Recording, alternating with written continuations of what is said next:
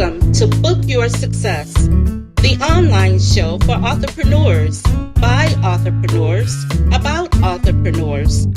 This show spotlights authors who have books which provide information, innovation, and inspiration needed by successful entrepreneurs and business professionals.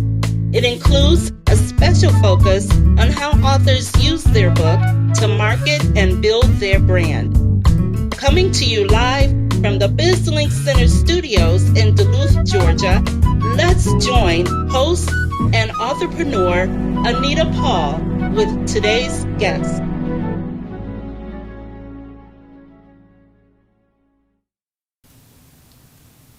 Hello, everyone. Welcome to Book Your Success. I am Anita Paul, the author's midwife with WriteYourLife.net. Happy to be here with you, broadcasting live, as always, from the BizLink Center in Duluth, Georgia. Happy to be in the studio with another phenomenal guest. We'll get to her in just a minute. Before I introduce our guest, I want to let you know we do have a sponsor for tonight's show. Visionary People. You know Visionary People. They'll be hosting a day in the life of business on Wednesday, November 13th, 10:30 a.m., and it's going to be a live show. And guess what the title is? The topic is Create Your Yes. Create your yes. Get beyond all of those no's and know that every no is the next step towards the best yes in your life. Come and meet some amazing executives. Haley Kilpatrick, who is the founder and executive director of mygirltalk.org. Iris Cooper is co-founder of Glory Foods and producer and owner of Just Ask Iris. Also, Luke Daminoff, founder of DL Elements, and also Eric Holtzclaw, who is CEO of Laddering Works. So make sure you register for this event. It is next Wednesday, November 13th at 10:30 a.m. It's going to be a live show. It's absolutely free to participate. And so you want to reserve your space at createyouryes.eventbrite.com. Again, it's Wednesday, November 13th at 10:30. Register by going to createyouryes.eventbrite.com. So we hope to see you here at the Business Center next Thursday, November 13th. And again, welcome to Book Your Success. I am excited to be in the studio tonight with our guest author, Catherine Baird. She is a techno genius, I'll just say that. She's senior architect for big data and cloud solutions at AT&T. Catherine has had a diverse career delivering information technology solutions to a variety of business sectors. She's been heavily focused on startups and entrepreneurial activities, and she has led innovative technology developments for technology startups and emerging enterprises. Of course, she is an author. She owns a company called Pyramids to Clouds, and she's co-author, right? Full author. She is the author, excuse me. No, that's Revolution from Within, and I can't wait to hear some more about this book. It's soon to be released, by the way. Yes. Very soon to be released. Welcome to Book Your Success. Thank you so much. Good to have you here. And co-author's fine with me because there are so many people who are helping me on the way. It's I like could that not with have done every that. book. You can't ever do it by yourself, but the brain, you're the brain behind the whole Unfortunately, I'm operation. responsible for all the errors, omissions, No, and anything I'm sure there else. won't be any. Totally professional. So tell me a little bit more about your background and how you got into this whole concept behind the book. No problem at all. I was born and raised in Toronto, and I spent... And we forgive you for that. No, I'm Well, just teasing. Canadians, And I spent half my early life actually working between a dairy farm in the summers and digitizing medical records at the Toronto General Hospital.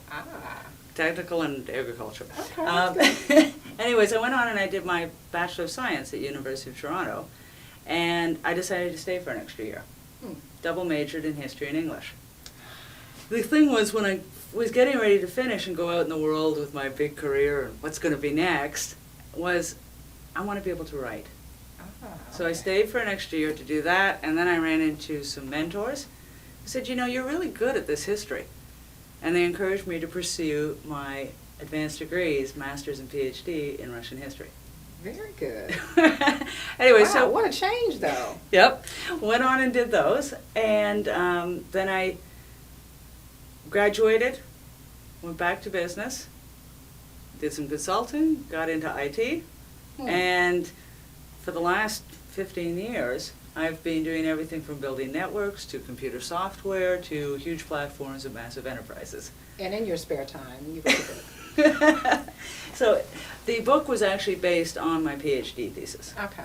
So that was what I wrote to graduate with the PhD back in 1998.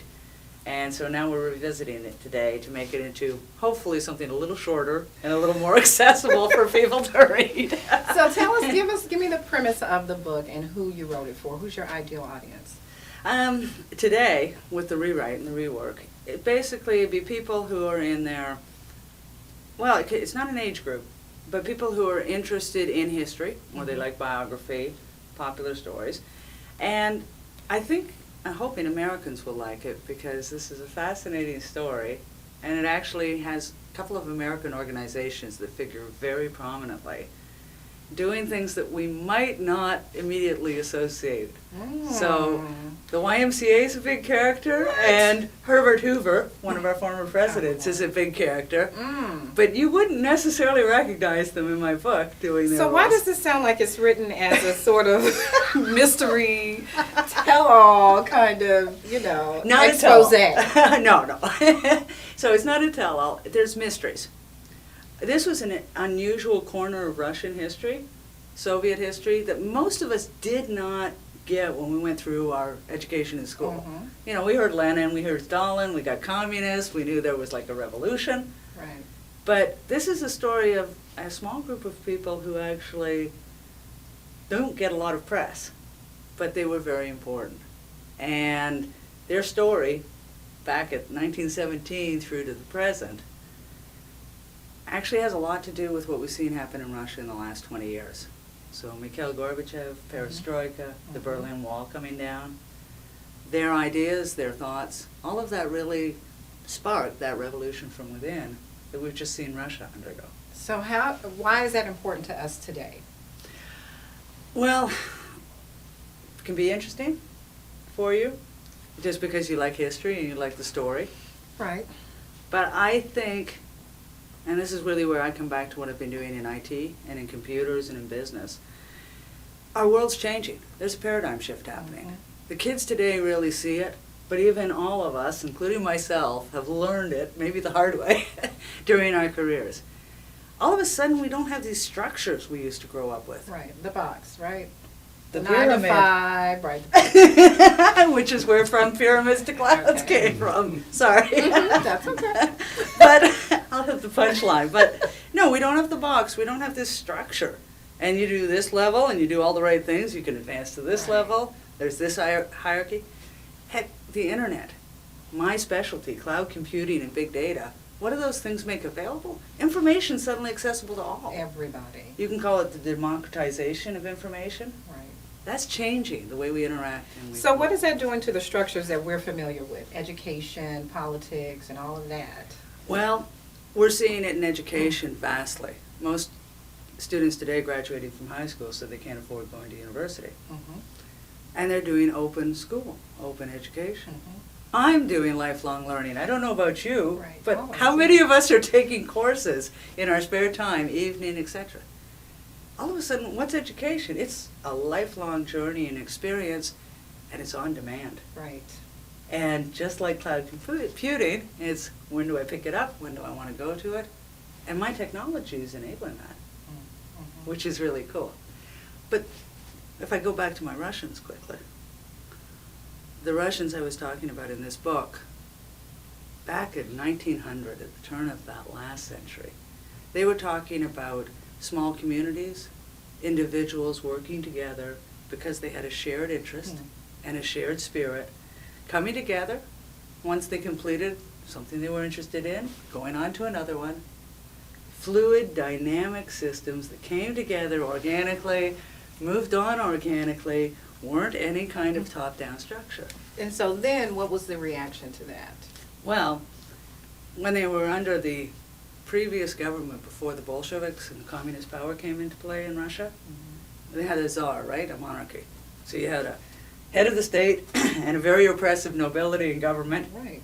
So they got arrested. Of course. All of my characters in this book at some point in their careers and their lives were arrested, sent to Siberia, exported out of the country, censored, told to shut up. Troublemakers, right? That's right. They're upsetting the status quo. They were actually a little bit like Ben Franklin, George Washington. Yes, we have our versions of them here too. They had a lot in common with them. Exactly. Interesting. Interestingly enough, they wrote many of the same ideas, and they were great fans of Jefferson and Franklin and those philosophies. They knew them, they embedded them in their work just as much as the native traditions that had come up through Russian society over millennia. Interesting. So now those same concepts are being adopted. Mm-hmm. We're seeing them again globally. Right. Wow. Very good. We've got some folks in the chat room. Hey, Jackie. Hey, I know there's some other people out there. I know you're watching. You're listening. Send us a question. Chat amongst yourselves, and then chat with us with a question or two. Great. Let's talk about the Pyramids to Clouds Right. company concept. Tell us about it, how you started it, how long it's been around, and what do you do? Well, I've had several companies in my life, so this is probably the third or fourth enterprise Okay. I've launched, and then I've been minority shareholders in other ones. So I'm an entrepreneur by trade. At some point, when I get around to it, I'm going to write a novel or semi-autobiography, very humorous, called The Startup Queen. Okay. Where I go through all the really weird experiences that I encountered. And I'm sure there have been a lot if you've had that many. But Pyramids to Clouds has truly been set up as a staging point for this book and for a series of other books that are coming around. It has three main components. One is called Signposts. And Signpost is where we bring these ideas of these Russian thinkers back to life. It's got my book, it's got the writings of other historians that are working today. When I got back into the book, I didn't realize that I had, I won't call it a fan club following, but I had people actually continuing my research since I'd left university. Wow, really? That's a fan club. I call that a fan club. Okay. That's a good thing. And there's 15 or 20 of them Wow. who have continued the research. When I left, there was maybe 5 books about these thinkers. Today, there's 50 about each one of them. So they're Russian, German, Australian. It was, I tapped into. So what are they called? Did these thinkers have a name? Or? Well, of the 160 who are the heart of the story, they were basically 2 groups. One was what we call Russia's spiritual philosophers. And that's how they're known in history, the Silver Age thinkers, Russia's spiritual philosophers. And they were mostly Orthodox, Russian Orthodox, coming out of that religious background. But they developed an entire system of philosophy around me first, the human is an individual, the human is invaluable, that type of thought that we're kind of hearing a little bit today. The rest of them were various political opponents of the Bolsheviks, and some were liberal Democrats, some were other versions of the socialist parties, like peasant socialist parties, anarchists, etc. And these were the people who were brave enough and able enough to stay in Russia after the revolution. A lot of people might not realize, but once the Bolsheviks took power in 1917, over the next few years there was a horrible civil war. And aside from millions being killed, over 2 to 3 million people emigrated.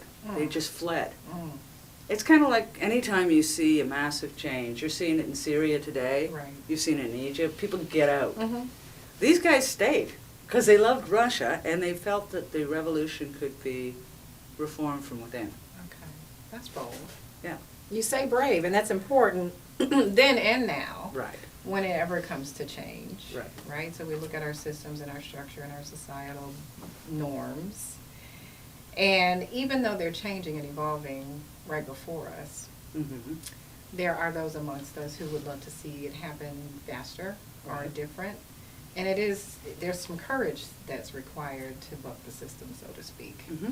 Who do you see doing that? And, what's the equivalent of these thinkers back then in today's time? This will probably be a little controversial, but actually Anonymous is one of the strange, interesting groups that we're seeing emerge today who seem very brave. Snowden, that had to take an enormous amount of courage. But you see it even in the Occupy movement. Right. Oh my goodness, leaving school, protesting. I have my picture actually in my mind of going down to some of the main towers to meet with clients in downtown Atlanta with the Occupy students on the street in front. Yeah. And stopping and chatting with them, can I get you a pizza or anything? But take their time, stop their life for a minute and say, there's something more important than just whatever is the thing I want to consume or do this second. Status quo, the usual, and they're willing to go against that. Exactly. Bold and frightening, I guess, so for some people at the same time. So I have a question in the chat room. Will the book be a part of college curriculum? Ooh, wouldn't that be interesting? What do you think? Well, let's see. When I was at McGill and I was actually doing my PhD thesis, it was for a couple of years because I was privileged enough. McGill gave me a scholarship to teach these subjects to the students. And so I was able to actually translate the message there. As far as today, when it comes out, it's certainly going to have the ISBN and be on the Library of Congress and available. And yes, one of our target markets is going to be university and public school bookstores, if they're interested in picking it up. Yeah, if they're interested. Dun, dun, dun, dun. They gotta. Now, don't be cynical. I would love to see that happen. I want to say hey to Ree in the chat room and to Jackie and everybody else who's there joining us. Please chime in with some questions.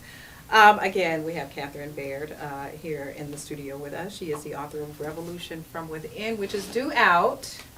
We're expecting the ebook to be ready late January, early February, and we'll expect the hardcover to be available for pre-order at that time, but then it'll be shipped out sometime in February. I gather there's a little lag between the electronic version and the physical book. It's been an interesting process, though, right? Tell me about it. Just being a new author. Oh, I know you're going to ask that question. Tell me about this whole process of writing a book. How has it been? It's fascinating. I mean, I have learned and grown so much. I've been working at this for about 9 or 10 months this year. Kind of like having a baby. Hey, listen, I'm known as the author's midwife. I get that. And it was just such a fluke of fate. You know, I keep talking all my life, people have just found me. And in this case, I'd been looking for somebody to publish the book since I graduated. But I didn't know agents or people in the business. And then I met Bonnie at Bonnie Deniker of Right Advisors at a businesswoman's event. And it was just fascinating because click, and I just said, this has got to happen. We're going to go for it. No more excuses. You know, you've been thinking through about the time, through the money, and everything else. But it takes a time. My time invested, so I've had my day job and my night job. Right. Editors, line editors, style guides, graphics, book design, interior design. You'll never look at another book the same. It's fantastic. I love it. You'll never look at a book the same. Yeah, it's interesting. I'm so excited that today it provides us the opportunity. We couldn't have done this 20 years ago. Right. I would have had to, well, heck, even 15 years ago, I remember graduating with this, and I did send out the obligatory letters to the publishers saying, do you want please, my please book? take my book. Yeah. And I papered my bathroom wall, as they say, with the letters of Rejection. rejection. Not because they did or they didn't want it, they didn't have time to read it, because there was only that one tiny channel to publish. And so this is just possible today. Right. It's pretty fantastic. I love it. So someone says, why Russian history? Why Russian history? I'd love more context about that. Why in general? Like, really? Why in this book? Or should I say, why Russian history? I don't know. I could be reading that all. Or why did I go into Russian? Why you? So I don't know if the chatter would be happy to Sure. elaborate. Russian history. What fascinates you about it? It's another intersection that's kind of come in and out of my life, not with any particular meaningful, I'm not a child of a Russian descent. I don't come from that background. I wasn't one of the emigres, or don't have close relational ties to it. But quite simply, my parents had been to Russia in the 60s under Khrushchev when they had the first thaw. And it was something we talked about. Then it came up again. I loved Dostoevsky, I loved Tolstoy as I was going through school, and it came up again when I was doing my history at the university. So You follow it kept your chasing interests. you. Huh? That's right. And you couldn't resist. Exactly. That's fair. Sometimes stuff happens like that in life.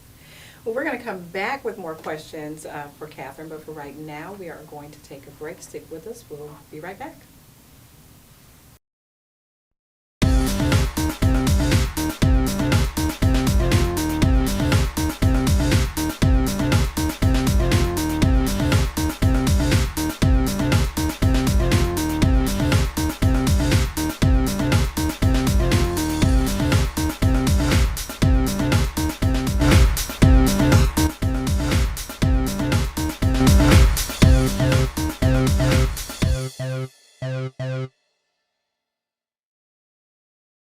Rachel quit the corporate grind to start her own interior design business. She's got a growing list of clients she keeps in touch with using email marketing from ConstantContact.com. Constant Contact is easy and affordable and lets her send out updates and photos that showcase her expertise and inspire her customers for only $15 a month. Her dream? To be the area's hottest interior design office. Right now, she just dreams of an office. The BizLink Center is a premier business solutions center that provides a work, learn, earn environment for the home-based or mobile professional. We offer world-class meeting, event, and open workspaces where you have the opportunity to meet in a professional environment, get work done, network, collaborate, build partnerships, and attend business building workshops.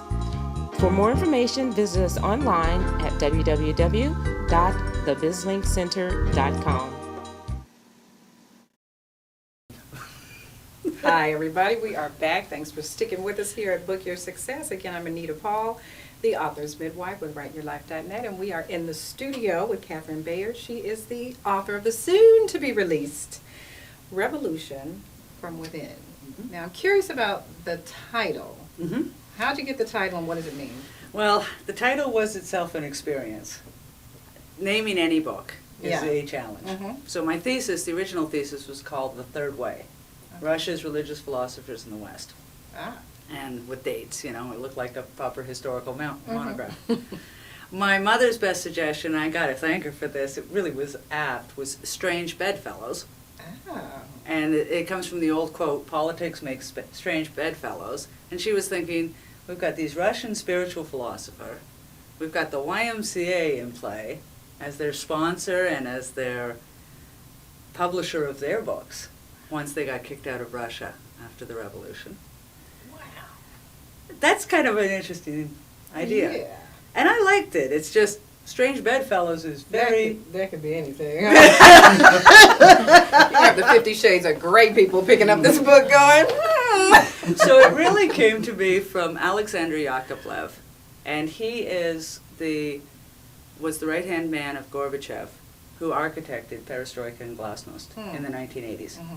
And so when you heard of the Orthodox Church celebrating its millennia in 1988, and you hear about glasnost in 1988, and then the Berlin Wall following that year, or the next year, and so on and so forth, of course, we know this led to the collapse of the Soviet Union and the collapse of communism. Yakovlev led a revolution from within the Communist Party. He was a Communist Party official. He had been a member of the Communist Party his whole life. He was their chief minister of propaganda and ideology. We don't quite have a post like that, but the closest thing you could say is it's like Secretary of State or higher, but that's a key post in a government. And he led this revolution? And he led this revolution. He led this change. He and Gorbachev said, we can no longer have top-down hierarchical power over the people. We can't keep oppressing them. What was that led by, though? I mean, was it a sort of, just internal, we care for the people kind of thing? Was it economic? What was it? It was all of the above. The country was stagnant. The economy was not growing. Politics was corrupt. The bureaucracy had weighed down the whole country and nobody was engaged anymore. And so you didn't grow. All of a sudden you're at the cusp of this information technology revolution that even we've been struggling with. Right. With all our freedoms and all our, freedom of speech and experience.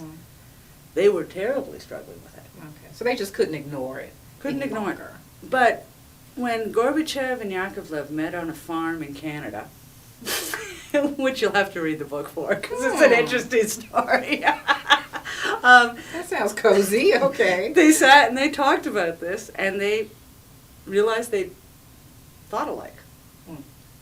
And they both said, we have to change things for the people. But the only way we're going to get Russian people to trust us again, to engage in the government again, is if they can reclaim their lost history that we've repressed before, and they can reclaim those ideas. Hmm. So one of the things not a lot of people know is that when the revolution from within happened very recently in Russia, 20 years ago, all of the writings of the 160 that I cover in my thesis were republished massively on 50,000, 100,000 publication copies. Every single book they ever wrote, every single article they had, the whole nine yards. So this was a quick way to then start to get people thinking differently. Okay. Imagine, and this is something that I think is very hard for us in the West to understand, because we don't live under repressive governments. Can you imagine if the Declaration of Independence and the Bill of Rights were forbidden materials and were illegal? You couldn't read them, they'd been burned. Well, the scary thing is that they're not, and so many Americans still haven't read them. That's another show. And those coming back. Mhm. And you're getting, you could say infected, or you could say being inspired by these ideas of, hey, I'm a human, there's rights, there's freedoms, I have the right to life, liberty, and the pursuit of happiness. Wow. And that's what they brought back. Anyways, if you'll bear with me, what Yakovlev said he was originally inspired by was the leader of the Soviet Union back in the 50s and 60s, at the time my parents visited actually, Khrushchev, Nikita Khrushchev, who gave this speech just to the small 2,000 members of the actual inner party. So imagine you've got a country of 150 million people, you've got 2,000 people that are making all the decisions that affect every aspect of their life. And Khrushchev, the head of that, got up and he made this speech revealing the crimes of Stalin. And that was the first time the purges and the deaths became public. And if you don't mind, I've got this wonderful quote he made. He said, "We've been squandering the accumulated capital of the people's trust in the party. We can't go on endlessly exploiting the people's trust. We communists, all of us, must be like bees in nurturing the people's trust. We've become like priests and preachers. We promise a kingdom in heaven, but here in the now, there are no potatoes. Only our long-suffering Russian people would put up with something like that, but we can't go on banking on their patience. We are not priests, we are communists, and we must give them this happiness here on earth. When I was a worker, there was no socialism, but there were potatoes. Now we've built socialism, and there are no potatoes." That sounds like somebody who knew the revolution was coming anyway. And that's the amazing thing. It's not that the revolution came and the revolution from within happened. The 160 that I write about in the book, they started the revolution from within in the 1920s. They were expelled from the country on luxury steamliners in 1922 because they were being successful. When Khrushchev said this in 1956, everybody knew it was going to happen. What's amazing is how long it took. But it happened. They were patient, right? But I'm sure there were a lot of things happening behind the scenes. So we have another question. How did you stay focused writing a book about a culture outside of your own? That's an interesting question. It's fascinating. As a historian, the interest or the focus comes from the materials. So as we read and we do the research, doing my PhD thesis, there are 5,000 books, monographs, articles, and memoirs and journals that you're reading. But once I got into the ideas these Russians wrote, they were so true to me, and they were so much what was familiar to me. They were eternal, essential ideas, that the passion they brought forth about justice and humanity and a better way of living, that that was appealing in itself, and that helped whenever you either got depressed, because there are a lot of parts of the history that I frankly have to say are a little depressing, or where you started to get yourself distracted as you go down, chasing this scandal or this secret. Well, I think that's just part of research, right? You Yeah. just find one tidbit and you're like, oh, this is interesting, and you're off on that branch, and then, you find something else and you're all over the place.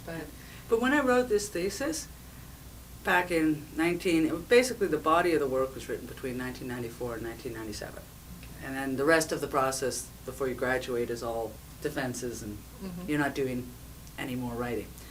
And at that time, there were probably 200 questions that were open speculation or open. I don't know what happened, because there was nowhere I could find in the research to get those answers. Since I came back to it, with the power of the internet, the archives and people's memoirs being published online, the information out there, I'd say 2/3, 3/4 of those have now been answered. And I was pleased that I was fairly accurate in my guesses or speculations, but a lot of times I was totally astounded. Wow. That's good, though. So I never knew. The answers were always there. They just weren't accessible. Right. One tidbit that my students that are working with me on the marketing program at Emory are really focused in on is I certainly didn't know when I was writing my thesis that there was some involvement with banking and the Bolshevik Revolution. And I didn't know that the Bolsheviks had arrived in the country with all sorts of gold, and that there might be some involvement of our own Federal Reserve in that and stuff. Now, So- anytime somebody comes into this country with some wealth, our Federal Reserve is involved, trust me. That's not even as surprising to me as the YMCA thing, so I can't. Now the YMCA, they're very transparent. They've got very good archives. Yeah, but that's an interesting relationship. Right. And, I'm sure we won't give it away, but I'm sure the book will tell us all about how that relationship was formed. So our final question is, though, I want to find out what do you see as an extension of this book? This is the first in a series, right? And what's next? And Well, there's a vast amount of material. So for those that are really interested in the subject and want to read more, understand the ideas behind it and the philosophy, there's a companion 1 or 2 books that are going to come out next year as well. okay. And some articles and other things that'll be available for just download to get people interested in the subject. The other part of this work, though, is I'm able to put this information together and tie it into some of the conscious living movements that are occurring today and give them more exposure, more consistency. I know when I first got into it, it was an awful lot of hunt and peck to find out where are all the sites, who are all the people, what are they saying? And so if I can use my cloud technology to bring that together so that we have a portal, an access point, Good. introduction, I'll do that. And then we also have an idea that I think should be fun, because you have to have humor in your life. And there's so many weird stories in these that I'd like to turn our hands to a little bit of fiction. Really? Can we do some I'm thrillers? Sure you can come up with Can some we juicy do stories. Can we do some thrillers, some movies, Yeah. get a little bit of a franchise going? I mean, I don't think it's Da Vinci Code level, but it's interesting stuff.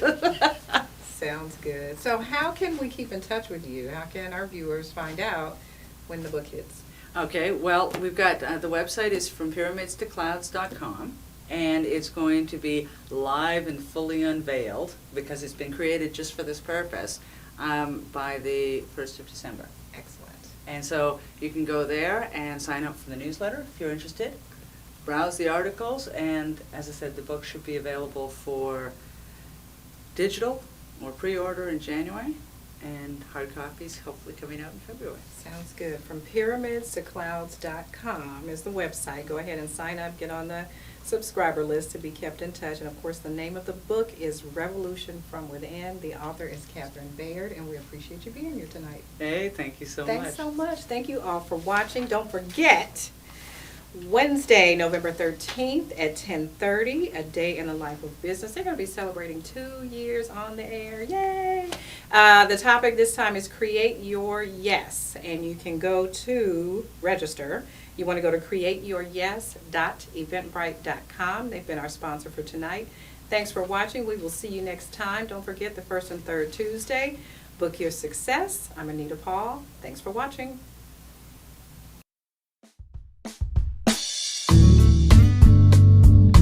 Thank you for joining us.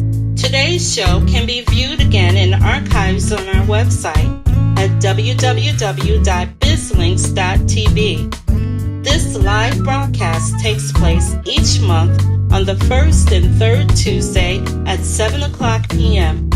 If you are an entrepreneur and would like to appear on the program to discuss your book and share how you utilize it to enhance your business platform, submit an inquiry to Book Your Success at bizlinks.tv.